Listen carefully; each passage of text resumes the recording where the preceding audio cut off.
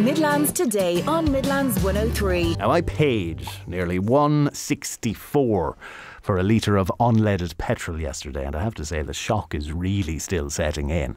But the cost of fossil fuels will eat into your pocket in all sorts of ways, not just transport. And whether it's home heating or electricity, energy in general is at a premium. So how can you save money, and how can your community become more energy efficient? Well, I'd like you to meet a group of students from Mountmellick Community School who are taking part in a national competition backed by the Sustainable Energy Authority of Ireland, and maybe this is something that can be replicated in your area. Eoin Quigley and Amanda Dempsey are both in third year, and their teacher is Mairead O Connor. You're all very welcome to the programme. Thanks for coming in. Thank you, Will. So Amanda, let's talk about what's been happening in the school so far. Take us through it. Well, we're a group of 6 Junior Cert students. We are Chloe, Amanda, Eoin, Oliver, Jennifer and Colm. We have organised ourselves into this group, and we are spreading the energy saving tips around the community and trying to involve the whole community. We started off in our school by putting up posters all around our school, making our students in the school aware of how they can save energy in the school and in their own homes. And what sort of advice were you giving them? We were giving them little tips like take a shower instead of a bath, or don't leave your doors and windows open, and just simple tips that everyone could use. Simple, common sense, straightforward ideas that sometimes we all tend to forget about.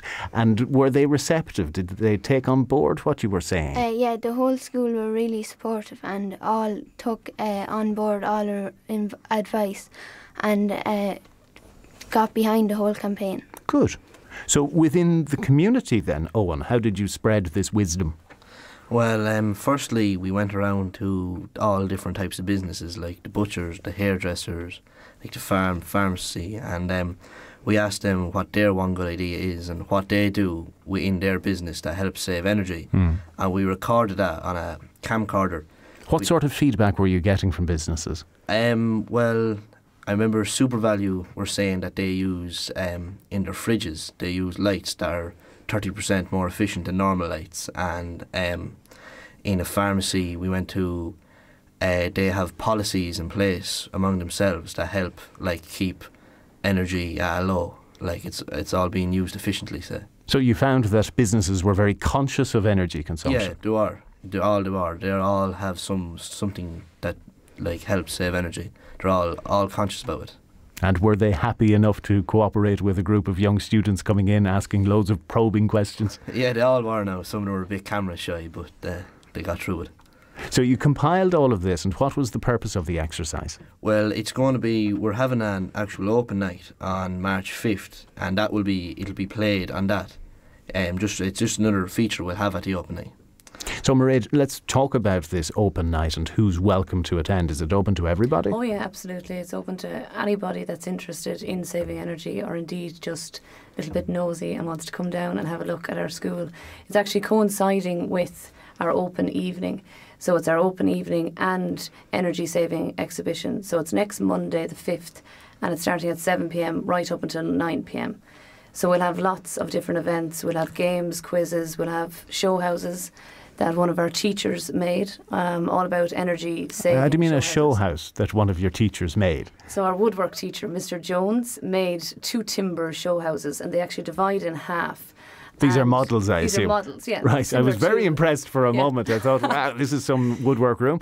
No, so they're just like dolls' houses, and they open out and they show different ways that homes can save energy. We actually brought them down to the boys' school, which we had an energy saving workshop in the boys' school where we showed them the two workshops and compared them. Like one is energy efficient, the other's not, and we asked them questions about it. And what were the differences between the two? How was one more energy efficient than the other? One had a lagging jacket on the boiler, say, and one had double glazed windows. The roof and one was insulated and the other wasn't, say. All little things like that. And we also had a quiz with them, an energy saving quiz, and we told them about our poster competition. which is another feature on the energy saving exhibition on March 5th. And I think it was 2 days previous to the Boys' School, we made a visit to St Vincent's Hospital, and we played energy saving bingo with them, and we had an energy saving quiz. Saving bingo. Yeah. How does that differ from regular bingo? Well, whenever we called out a number, we after every number was called out, we revealed a tip saying how to save energy. Right. And we know that they're all listening into us today. Very creative.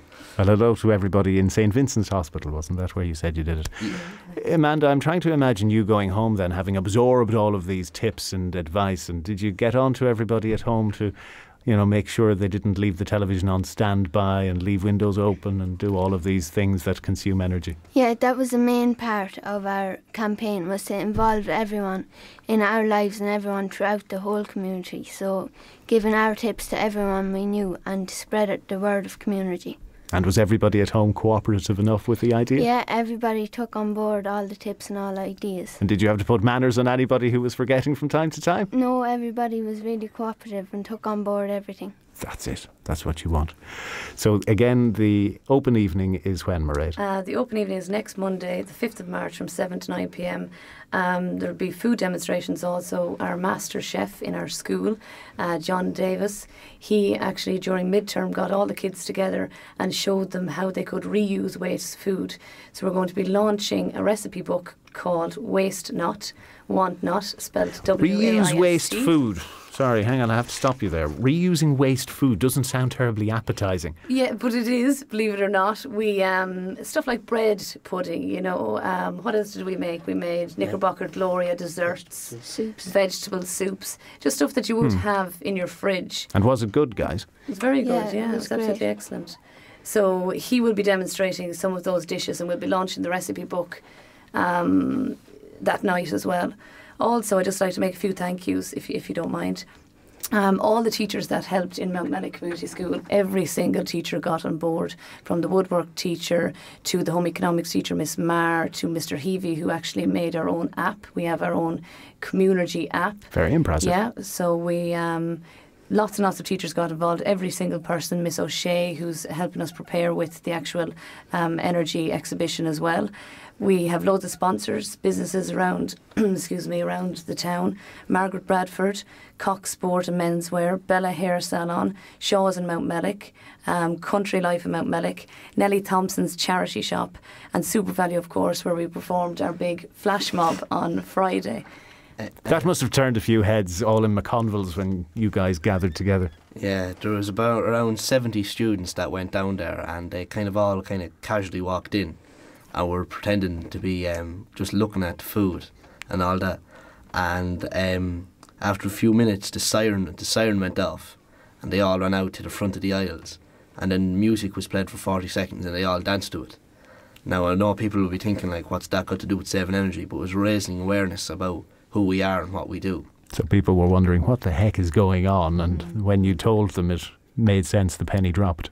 And there's a video of the actual flash mob on our Facebook page. Which is? It's called Community. You'll have to spell that. Yeah. Commune Energy, is it C-O-M-M-U-N-E-R-G-Y. And there's some really interesting stuff on it. The flash mob is great now. It's really interesting viewing. And what's the prize at the end of the tunnel here? You're taking part in a national competition, so if you win, what happens? So the next stage, we found out on the 10th of January that we got through to the final 100. Our next stage is to get down to 20. And we'll find out, we've put this through now before the 6th of March. So literally the day after the exhibition, we have to have a 10-page project in about everything that we did. So then on the 20th of March, we'll be finding out if we got to the bottom 20. And if we got to the bottom 20, we go up to Dublin Castle to showcase everything that we did. Big day out. Big day out, absolutely. And a great opportunity for the school. for the students here and a huge undertaking. So any support from the community that we've already gotten and the teachers as well, it's just hugely, hugely appreciated. Well, guys, we commend you on your efforts so far. Well done. Maybe it's something other communities can replicate and follow on from. But we have to leave it there. Thank you so much for coming in to us. Mairead O Connor, teacher at Mountmellick Community School, Eoin Quigley and Amanda Dempsey. Thank you all very much for coming in to us.